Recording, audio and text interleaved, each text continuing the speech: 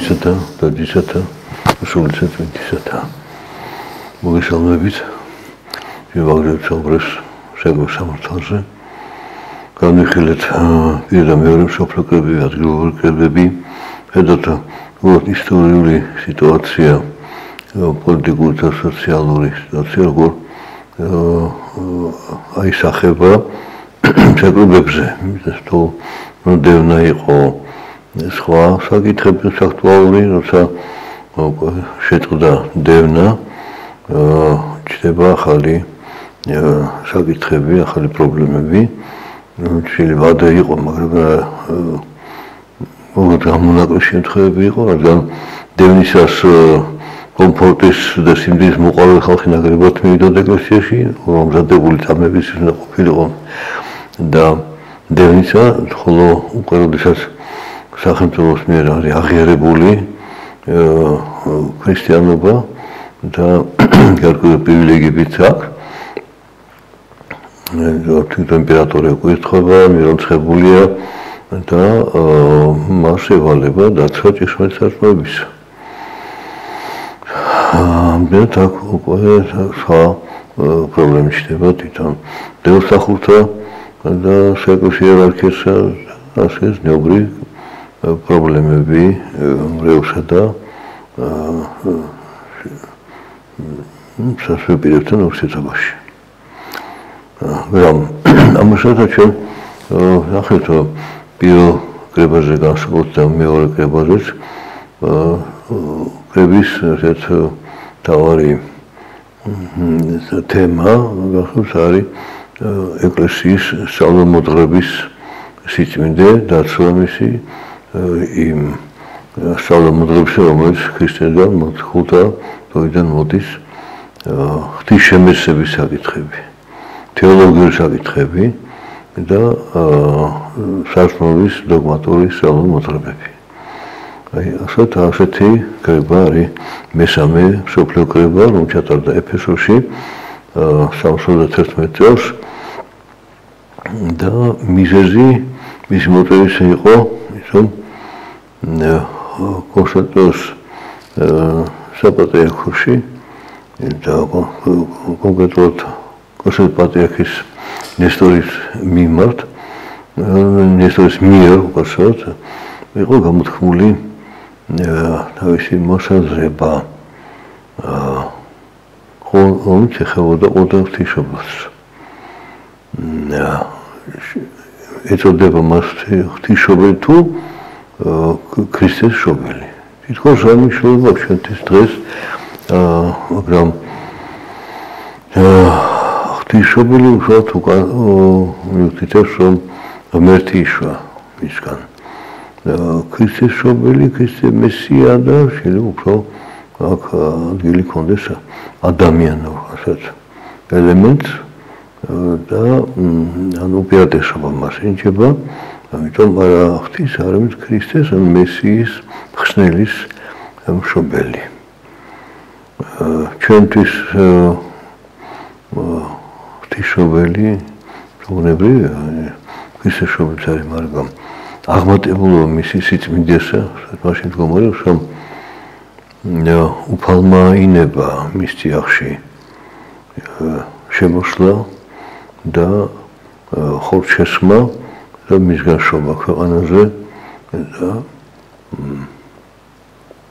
ეგ აცობრივი ბუნების თვითვა ადამიანთა ცხოვრებისათვის და აი ამას შეეხო ეს ნესტორის გამოთქმა სადაც მან არ მიანიჭა დიდი მნიშვნელობა არსებით უბრალოდ გათითო კოლექტივი პატარა შეიტანა მაგრამ იქ მოხდა ერთ-ერთი არქენოდიტვა შენიშნა მისცა პატრიარქო ეს გამოთქმა სცილდება მოთხოვნთა სწავლამოძღვრებას მათ გადმოცემას და იმასაც სახარებაში ნათქვამი თუ კი საიტი ასამეტყველი ამბობს აჰა ქალწული მიგრეშას ზედაუთან სახელმის ემანუელ რაც ნიშნავს ჩვენთან აღმერთი ესე იგი შენ როგორ უნდა რა უფლების ცლია სიტყვას ასე სხვა ადგილებით ერილიდან მოწყობილ ეპისტოლებიდან ხატობენ და თვითონ მაცხოვრის სადმოსემბოლოზე და არაერთგზის მანამდე ამბობს მე და მამა ერთი ვართ ვინც მე მიხილა მამა იხილა და სხვა კიდე შეიძლება გამოთქმენ შენ მოვიყვანთ ვინატერილიდან პატრიხომ ისტორიამ არ მიჩნია ეს შენ ეს არსებით და იერარქიულად როგორც პატრიარქმა არქიმანდრიტ ვიქით აუგზავნა პოლემის აღწერება მაშინ მან მიმართა ალექსანდრიის პატრიარქს კირილეს რომ მას დაეცვა ოდენავ ღვთისმშობლის აიღებსება რომ ეთოდოს მას როგორც იყო მიღებული ღვთისმშობელი და რა შეზღუდვა მისისა ქრისტეს მშობელად და შესაბამისად ქრისტეს ორ ბუნებრივი საკითხი დააყენა ნესტორმა ეჭვის ქვეშ კაცობრიო და ღვთაებრივი ბუნების აი სადამდე მიდის თქოს უმნიშვნელო კოლექტივი როცა ეხება ასეთ ფაქის საკითხს როგორც ღმერთის განგებას და ღვთისმიერ აღშორებას სასწაულის იმ მოქმედების რომელიც ადამიანის დაკაცოებას ეხება ალექსანდრეს და კონსტანტინოპოლს ამ დროს შორის ამ ორ საპატრიარქოს შორის არ იგარკვა დაპირისპირება რადგან კონსტანტინოპოლის საპატრიარქო ფუღიაში იქნა მაშინ იქნა დაშენდა ეს კონსტანტინოპოლი ახალი რომი ან მეორე რომი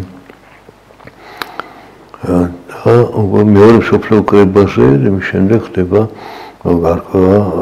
და დამტკიცება კონსტანტინოპოლის სტატუსის მისი იურისდიქცია, საზღვრები, უფლებამოსილებები და იგოს რადგან ეხლა ისიც დედაქალაქია და როგორც პირველი რომი დედაქალაქის პატივი ენიჭება კონსტანტინოპოლს. მანამდე კონსტანტინოპოლის აშენებამდე და დედაქალაქის გამოცხადებამდე თანდე მეორე ქალაქი იყო ალექსანდრია. მას ხომ დიდი პატივი, ამიტომ ალექსანდრიის პატრიარქის ტიტულში დაი პაპი და პატრიარქი.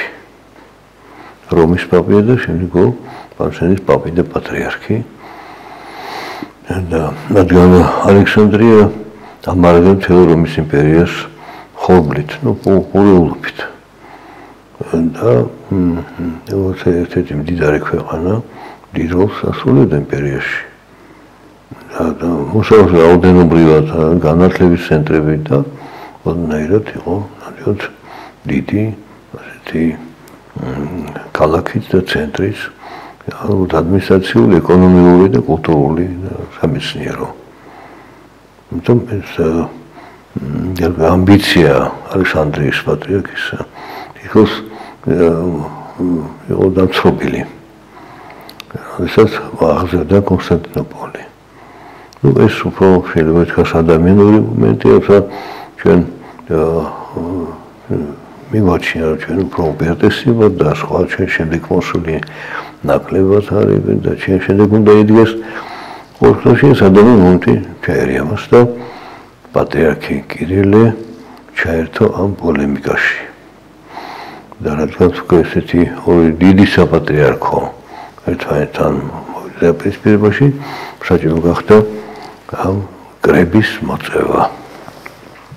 და ეს გადადის სამთავრობაზე, სამთავრობიდან მრევლზე, მრევლიდან მერე იმპერიის სხვადასხვა რეგიონებშიც იწყება პოლემიკა ამ საკითხებზე. და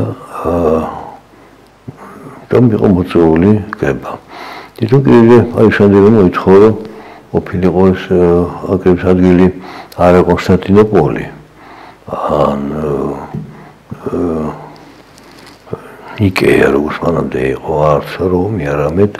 არც ალექსანდრია თქოს ნეიტრალური ტერიტორია ეფესო ცნობილი იყო თავის დროზე ელინისტურ ეპოქაში იქ კულტი იყო წარმართული ცნობილი ეფესოს არტემიდე და სხვა კულტები იყო მაგრამ ეგრე ალექსანდრია ხაზი გავუსვა რომ იონე ღვთისმეტყველმა ღვთისმშობელი წაიყვანა თავისთან და იქ ეფესოში სახლიც ცნობილი იყო სადაც ცხოვრობდა იონე ღვთისმეტყველი და დედა ღვთისა იქ იყო კიდე თავის გასვლამდელ სოფლისა და როგორც ადგილი მისი პატივი მიიღოს და დედა ღვთისა მიიღოს ამით მონაწილეობა ამ პოლემიკაში და ასე შეიკრიბა ეს იმპერატორის ნებართვით ხადია და ძალოცით რომ მოხდა ისეთი რომ თქოს არ იყო დამოკიდებული მარტო ადმინისტრაციულ გადაწყვეტილებაზე ესე პერიოდი როცა პალესტინაში და იქ აღმოსავლეთში იყო წვიმების პერიოდი და ხმელეთით მოგზაურობა კარგად დროს ითხოვდა და აი ამ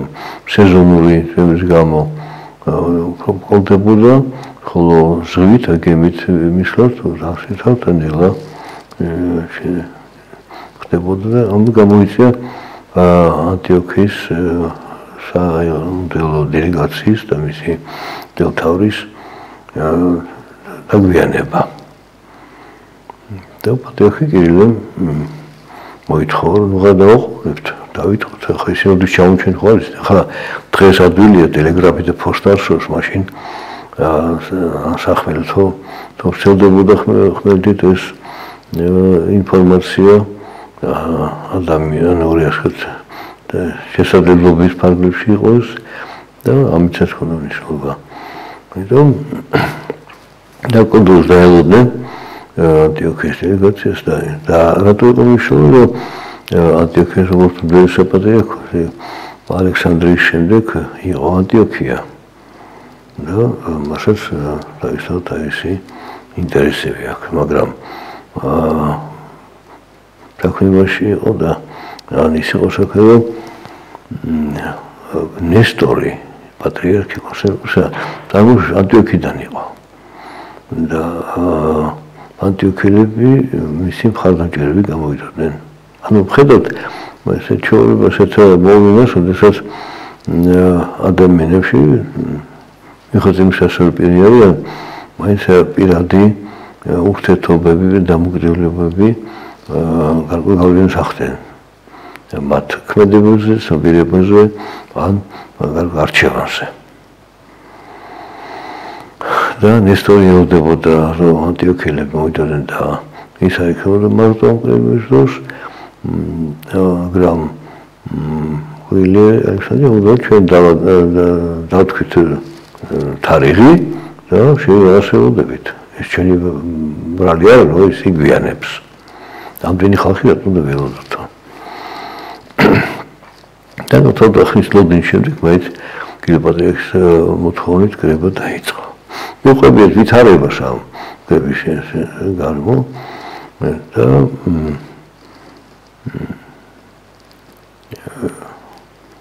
რადგან იქ იმპერატორის მიერ გამოგზავნილი იყო ზედამხედველი მას უნდა წაიყვანა ეს კრება ეხმეტყანება და დაეცვა გარკვეულად პარიტეტი და ამასთან ერთად კონსტანტინოპოლის ავტორიტეტი მაინც დედაქალაქია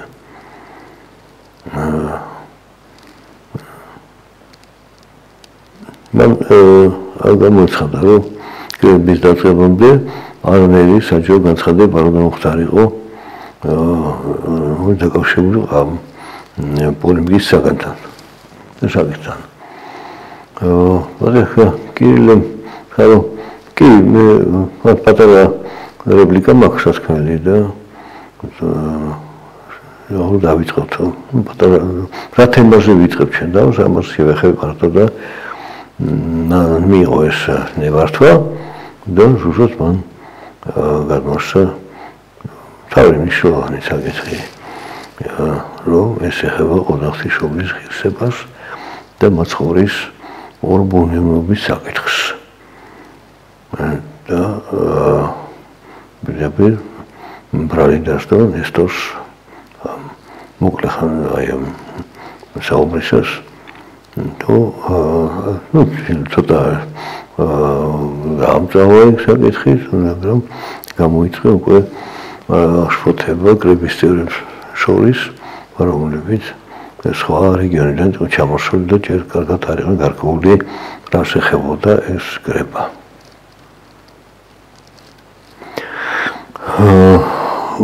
სამშობლოში ჩამოვიდა ეთიოპიელების დელეგაცია ჩამოვიდა და გააპროტესტა რომ ჩვენ გარეშე როგორ დაიწყეთ კრება და პროტესტნიშად მათ საზოგადოება მოაწყეს ცხადია იმ კრებაზე ნესტორი იყო მიწვეული და კირილი არ იყო მიწვეული ანუ დაიწყო ესეთი არა თემატური არა პიროვნული საკითხების გამო დაპირისპირება თუმცა თემატურიც იყო ცხადია ნუ დაემატა ისეთის რომ ეს ეწოლა კრების ლეუბაზე შეეზღუდა იმპერატორ ჟამუჟილმა ზედამხედველმა მოითხოვა რომ ორივე პატრიარქი ნესტორი და კირილეს აღარ დაეშვათ კრებაზე და გარკვეულად ასე შიდა პატიმრობაშივით გამოცხადა მათ ეს სამწუხაროდ დაყოფილიყვნენ მაგრამ ამ ამბებმა ის მიაღწია კონსტანტინოპოლამდე და კონსტანტინოპოლში იყო გარკვეული ნაწილი საკმაოდ დიდი ნაწილი მრევლის რომელიც ხარს უჭერდა სწორედ არა კირილეს როგორც პატრიარქს ალექსანდრის არამედ დამცველს ჭეშმარიტ სასწაულების ასე იყო გაშუქებული ერთი განდეგილბერი გამოვიდა თავის საყდელიდან და რადგან დიდი ავტორიტეტი სარგებლობდა კონსტანტინოპოლში ან განკვეთად დასე საკითხი რომ და კონსტანტინოპოლში ამის გამო მოხდა დიდი შფოთი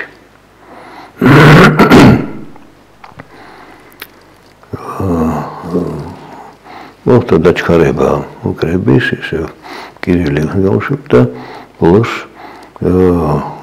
კრების გადაწყვეტილებით მოხდა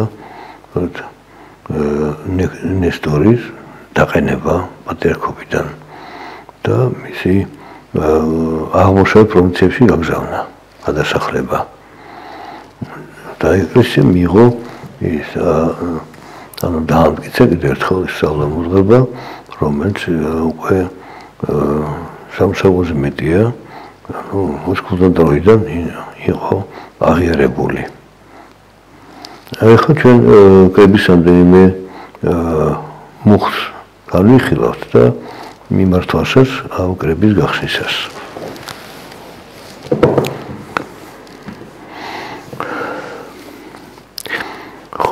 კეთილ მსახურ მეფეთა ბრძანებით ეფესოში შეკრებილ წმინდა და მსოფლიო კრება თითოეული სამთავროს და ქალაქის ეპისკოპოსების, ძლების, დიაკვნების და ეს საყურადღებოდო. როდესაც შევიკრიბეთ კეთილ მსახურ მეფის ბრძანებით მისამებრ ეფესოში ჩვენ განგვიდგა 30-ზე ცოტა მეტი ეპისკოპოსი, რომელიც უზიარებულ იქნენ. მედენ ადრევე განკვეთილნი იყვნენ, როგორც ნესტორის და ჰელესტის აშკარა თანამოაზრენი. წმინდა კრებამ ისინი უცხოყო საეკლესიარებისაგან და აუგზავნა მათ ყოველგვარი სამდელო ქმედება. ეს გადაწყვეტილება უკვე მიღებული მას შემდეგ, რაც ანტიოქიის პატრიარქი ჩამოვიდა და მათ საგეკრება მოაწყო, უკვე საგეკრება ნიშანი იყო განხეთქილ შემოტანის, მაგრამ ეს საკითხი იყო განხილული და შეთავაზეს შემოსვლა ამ კრებაზე, თუმცა პროტესტი გამოიცა ანტიოქიელისგან და აი თორე ეს აისახა ამ დინასტიას სიტყვაში ამ კრების ოქმებისა. რომ ორხრივად იყო დარღვეული, არც დაელოდნენ და ვინც დაიგვიანა, იმან ცალკე მოაწყო კრება. და ამიტომ დაიძაბა სიტუაცია. ეს კანონია დაადგინეს, რომ თუ კრებას ვერ დაესწრება რომელიმე სამძულო პირი, რომ თავის სოფელს ან ქალაქში დარჩება რაიმე საეკლესიო ან ხორცილის გამო, საჭირო მან შეიტყოს კრების გადაწყვეტილება და თუ ეპარქიის მიტროპოლიტი განუდგება წმინდა მსოფლიო კრებას და მიემხრობა უკვე მიემხრო განდგომთა კრებას, ან აღმოჩნდება კელესის და იონე ანტიოქიელის თანამდებობელი, ასეთი სამდელო პირი დამხობლ იქნენ და ვერსად ვერ შეძლებს სამდელო მოქმედების შესრულებას. აი, უკვე ესეთი კაცი განცხადება გაკეთებული, რომ საერთოდ ეს გახსოვს შეწყვეტილიყო. და ვის გამძლეობდა თავისთავად ის კანონების თანახმად დაიჯებოდა და განდგომილი იქნებოდა და მისი აზრი უკვე აღარ განიხილებოდა. ხოლმე აი არიულობის ფოთის შედეგად ეს კრება მიიღო ის სწავლამოძღვრება, რომელიც განაცხადა არუშალის პატრიარქმა კირილემ. გეშმეტად ღმერთის განხორციელება ხდება ქვეყანაზე, განკაცება, ეს არის მისი ჩვენი გამოხსნისა, მხოლოდ უცოდველი მსხვერპლით შეიძლება ეს გამოხსნა დაცემულისა, იმიტომ რომ დაცემული და ცოდვისგან სხვას ვერ გამოიხსნით, თვითონ ცოდვის ქვეშ იმყოფება. იმიტომ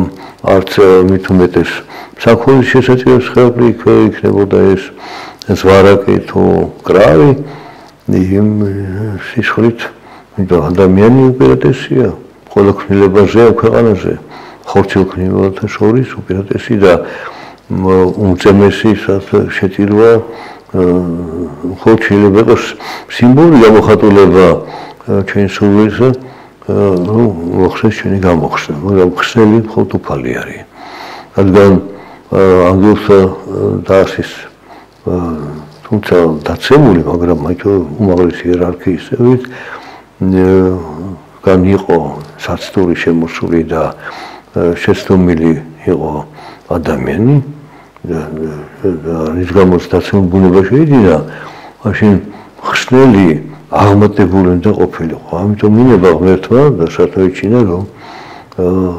თავად განცხადებული ქვეყანაზე და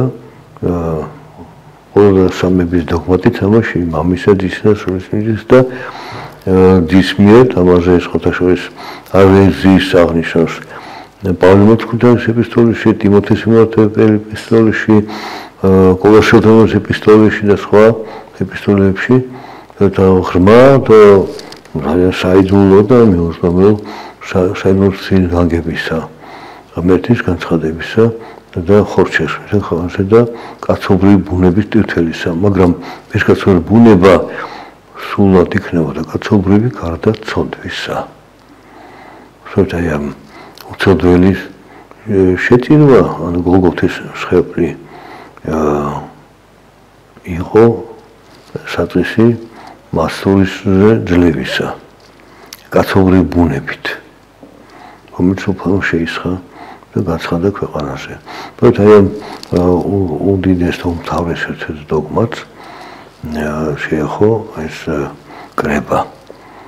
რომ კაცობრივი ბუნება ქრისტეში უცოდველი, არა კაცთაგან, არამედ ღვთის განგებით არის მისი მოვლინება ქვეყანაზე და წიაღი დედისა გამომზრდელი ხოლმე არის მისი და მაგრამ მოგუჩენ გახსოვს სახარებიდან მასე სჭირდება გაწმენდა და მისთვის ანგელოზებს ეცხადება ღვთისმშობელს ხარებისას აუწეს რომ როგორ იქნება ეს მის კითხვაზე პასუხობს სულიწმიდა მოვდეშინეზე და ძალი მალთა ფარდიშენა სული წმიდით მოვლენების ხდება გაწმენდა ისი ხორცელი საწყისის შემდეგ ხდება ხორცელი სამის მეორე პასის ძის ჩასახვა და შემდეგ განხორციელებს და შემდეგ მისი გაკაცება ზრდა და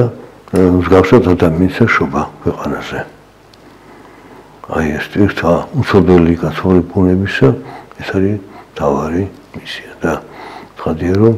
ამდენად ღვთისმშობელს ეწოდება ღვთისმშობელი და არა ვიწო გაგებით ხოლმე როგორც ხსნელი ადამიანი ანუ დამცობო ხდება ღვთის განგების და ღვთის უდიდესი სიყვარულის რომ თვითუფალმა ინება რომ ღვთაებრივი ბუნება გაცხადებულ ქვეყანაზე ხორცშესმული კაცური ბუნებით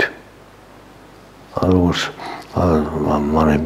მამობენ ხატი მონისა მიიღო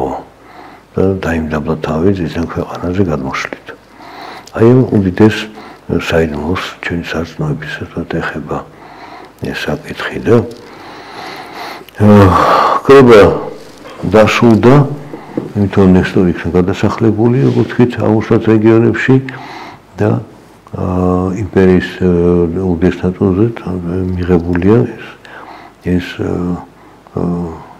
დოგმატი წმინდა მარიამს ღვთისმშობელი ეწოდება და არა სხვა როგორმე მას მიმართავთ და შემდეგ კრების მოტივს რომ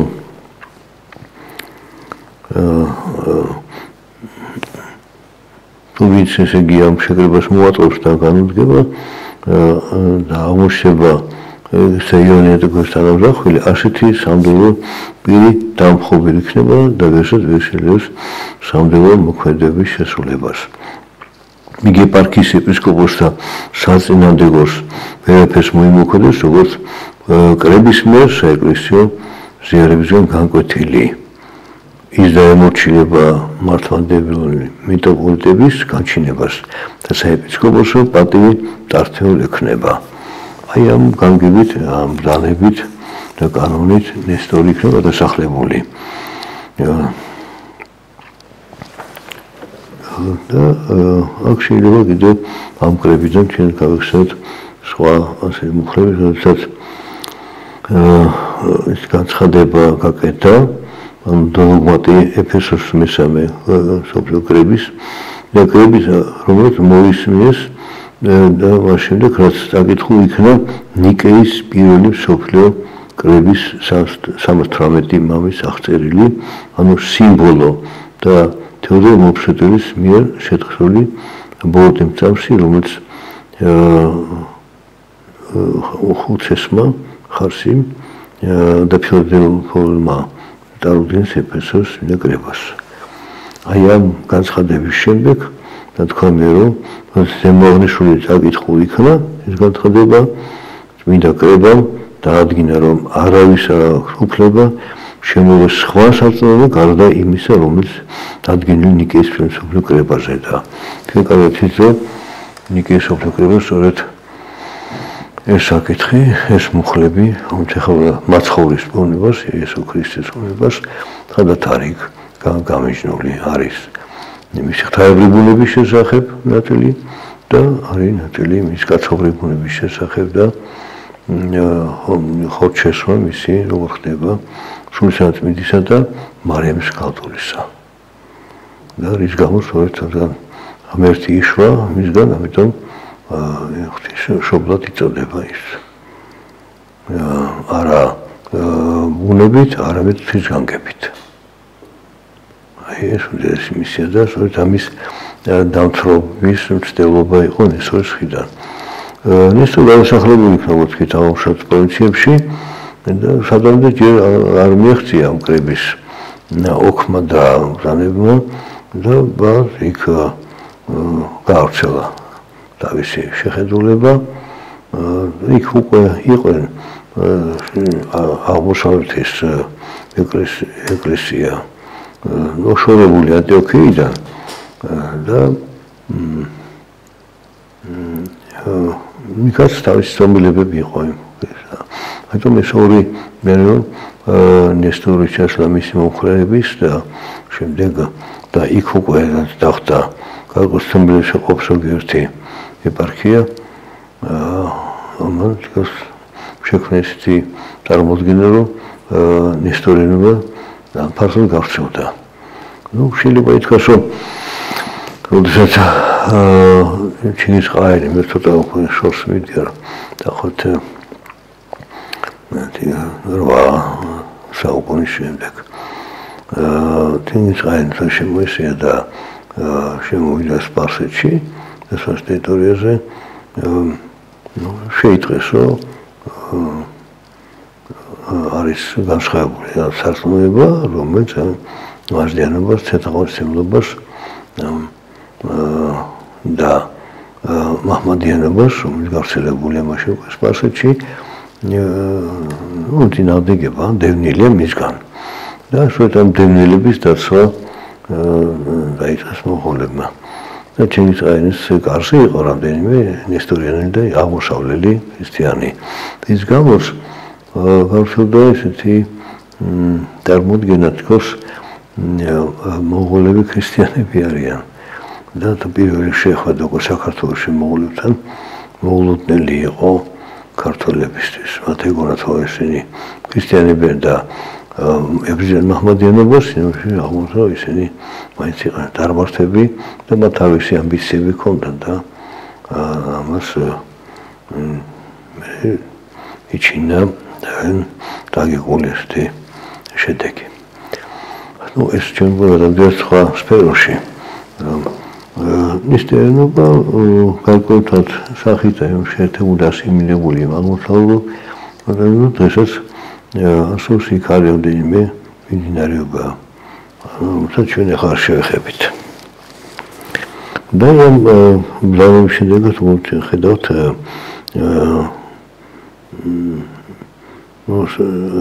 მთავარი იყო აღმოსავლელი ნიკეის კრების ეს დადგენილება. მსოფლიოს მიიღო. ხოლო ვინც გაბედა საუკეთესო სარწმუნოების ანუ ძამის შემოვლებას და ჭეშმარიტი ცოდნის გადაქცევას ელინობად ან იუდეულობად ან რომელი მწვალებლობად მათ თუ ეპისკოპოსები ან სხვა სასოფლო-პირნი იქნებიან უნდა ჩამოერთვას ეპისკოპოსობა და მდელობა ხოლო თუ ეს კაცი შეჭრილი უნდა იყვნენ ისინია. აი ასეთი ამ დადგენილებით დასრულდა ეს კრება და ჩვენ ამით დავასრულეთ რომ არ იყო განხილული ამ კრებაზე სხვა ესეთი საკითხები ადმინისტრაციული ხასიათის ან პირადად სხვა რომელიმე ეპარქიის ან ეკლესიის რადგან თავი მიზანი ამ კრების შეკრებისა იყო სწორედ განხილვა და იმ შფოთის დაცხრომისა ისე რომ სარწმუნოება დარჩენილო წმინდად და არ იყო შელახული მისი დოგმატიკურ მიღებული სოფლიო კრებაზე და მანამდე ხდია განცხადებული უცხოთა დროიდან სახარებაში ეპისტოლეებში და დღემდე ასეა. ამით დაგემშვიდობებით. მე თან დავუწოთ.